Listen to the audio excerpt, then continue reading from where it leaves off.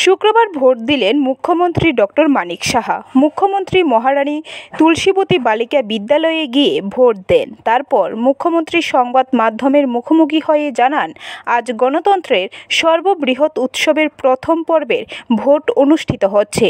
সকলে ভোট দেবে বলে আশাবাদী মুখ্যমন্ত্রী আরও জানান, সকলে যাতে শান্তিপূর্ণভাবে ভোট দিতে পারে তার জন্য সকল রাজ্যবাসীর কাছে আহ্বান জানান।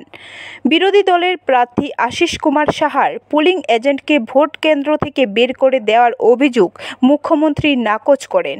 মুখ্যমন্ত্রী বলেন, এমন পরিস্থিতি বলে ওনার মনে হচ্ছে না, আর যদি এরকম হয়ে থাকে তাহলে নির্বাচন কমিশন অবশ্যই ব্যবস্থা নেবে বলে জানান মুখ্যমন্ত্রী। এটা তো আমাদের গণতন্ত্রের একটা বড় উৎসব এবং সারা পৃথিবীর মধ্যে ভারতবর্ষের এই ইলেকশন, এটা বলবো যে একটা সাংঘাতিক বিষয়। মানে এখানে সবাই বসে থাকে যে এই উৎসবে অংশগ্রহণ করার জন্য।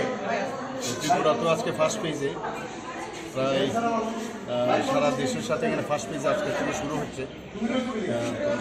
সবাই ভোট যেন প্রপারলি দিতে পারে সেটাই আমি আশা করব এবং শান্তিপূর্ণভাবে ভোট যেন প্রদান করে সেটা আমি সব মানুষের কাছে, সমস্ত ত্রিপুরাবাসীকে আমি আহ্বান করব। ব্যুরো রিপোর্ট, খবর ত্রিপুরা।